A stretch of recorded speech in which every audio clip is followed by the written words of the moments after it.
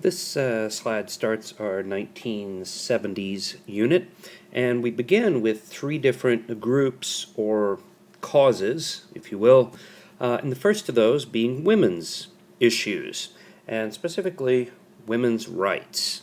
Okay? The 50s, if we go back a little bit, had encouraged sort of a home life for women, as they were told to be mothers and housewives. However, the 60s brought a new movement that questioned kind of women's role in society. And if we go back a little bit to 1963, a woman named Betty Friedan published a book called The Feminine Mystique. You see a picture of Friedan there, and then the book, The Feminine Mystique. Now again, this goes back to 1963. And The Feminine Mystique is written to question what Friedan calls the cult of domesticity, the cult of the domestic life, that women had been trapped in this role as a domestic housekeeper, homemaker, and mother. And because of this cult of domesticity, this cult of the domestic life, women had been trapped and had not been able to realize their full potential. This is the feminine mystique, that women have been trapped in this role of wife and homemaker and mother, and because of that, they've not been able to realize their full potential. That's Friedan's argument. In a couple of years later, in 66, she founded NOW, the National Organization for Women. And the goal of NOW, the National Organization of Women, was to achieve the full participation of women in mainstream society. That they had been sent to the margins of society, that men had dominated the American culture, and it was time for women to take their rightful place as equals in society. They demanded equal pay for equal work. Okay. Now, another woman supporting Friedan and supporting the National Organization of Women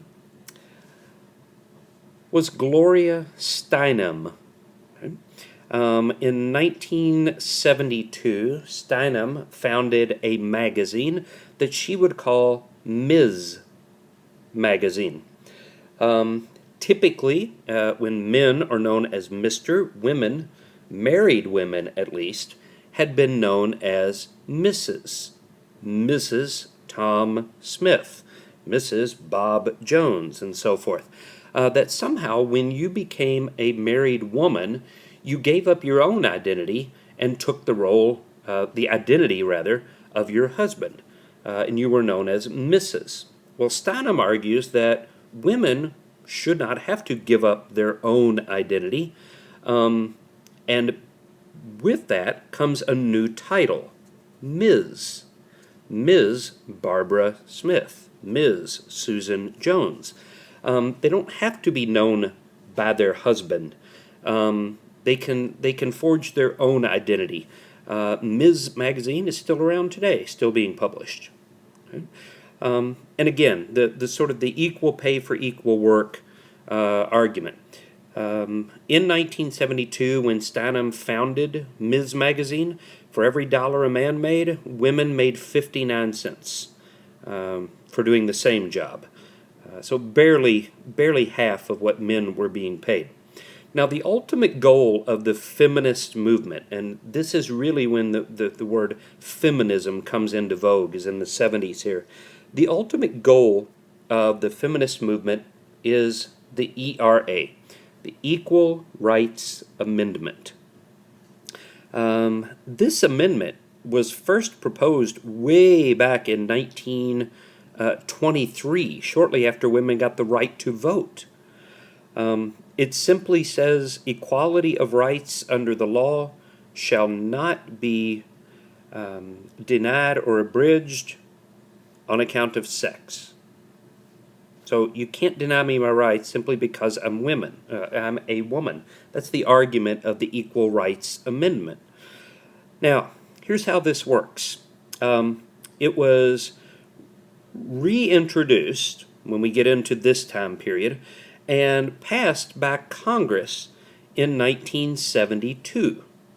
But that's not how an amendment becomes law. Amendments to the Constitution have to be approved by 3/4 of the states. So at this time, they would need 38 states. Okay, we've got 50 by now.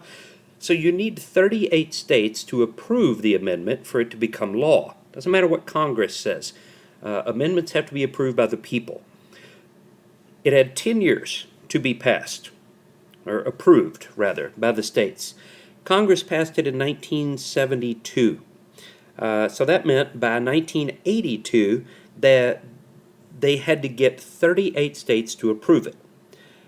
By the time the amendment's life is up here in 1982, it had only been approved by 35 of the required 38 states. So it's very, very close to becoming law. One of the reasons that the Equal Rights Amendment will fail is because of a woman named Phyllis Schlafly.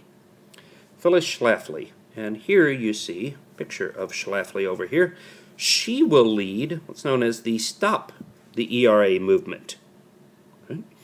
Schlafly argues that if the Equal Rights Amendment is passed, that all of the special protections that women had worked to earn for themselves would be taken away.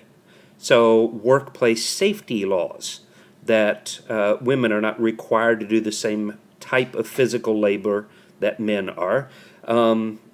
Workplace safety laws such as maternity leave.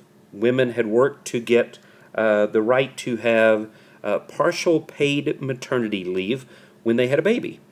Women were not required to serve, to register for military service. If the Equal Rights Amendment were passed, they would be required to do that. So Schlafly's argument is, look, let's work for equal pay. That's great and all, but Equal Rights Amendment means we're going to lose a lot of the protections that we currently have as women. And Schlafly's argument would convince at least 15 states to vote against it. So the ERA will die in 1982, having only gotten 35 of the required 38 states to approve it. Okay.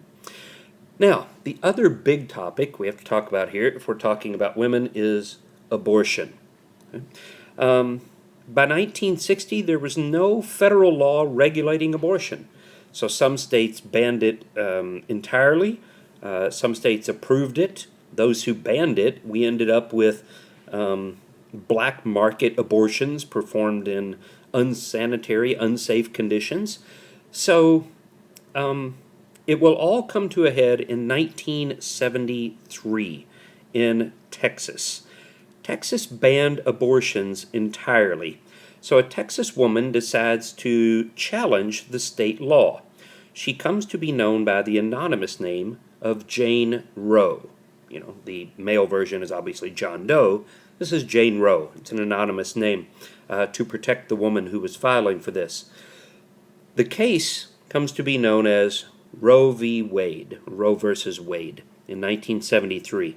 This is one of those landmark Supreme Court decisions. And in it, the Supreme Court would legalize abortions. Right? And any state law that contradicted that was overturned. So Roe v. Wade would legalize abortion. Almost immediately, opposition groups begin to form. Okay? And they really divide up into two camps, pro-life and pro-choice. Okay? The opposition is led by the Catholic Church. Okay? They form what's called as the National Right to Life Committee. This would be the pro-life side. And it really comes down to a definition of life, and when you consider life beginning. Those that see life beginning at conception see abortion as murder. That as soon as the baby is conceived, that is a living being, and to abort that living being is murder. Those who see life beginning at birth see abortion as giving the woman a choice to control their own bodies. Okay?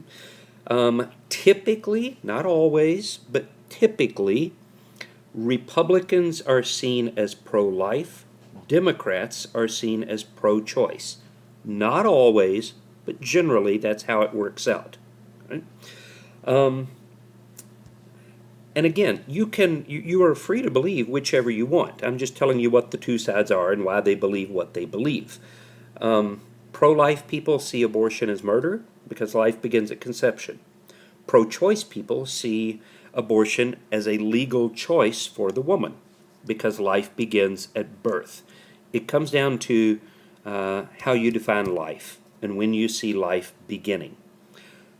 To this day, still, the abortion is legal. Right? Roe v. Wade has not been overturned. It is still upheld. Every time we see a more conservative swing in the court, everybody thinks Roe v. Wade is going to be overturned, but it hasn't happened yet. Right? Now, speaking of abortion here and pro-choice, right, there is a group called Planned Parenthood. They sort of pride themselves in providing safe, inexpensive abortions. They operate abortion clinics around the country. Among other things, they don't just do abortion, they do lots of things. But some of the funding they get goes to providing safe, inexpensive abortions. Planned Parenthood clinics are often the site of protests, demonstration, and sometimes even violence by pro-life groups. So this one isn't going away anytime soon. It is a hotly debated topic, one people on both sides are very passionate about.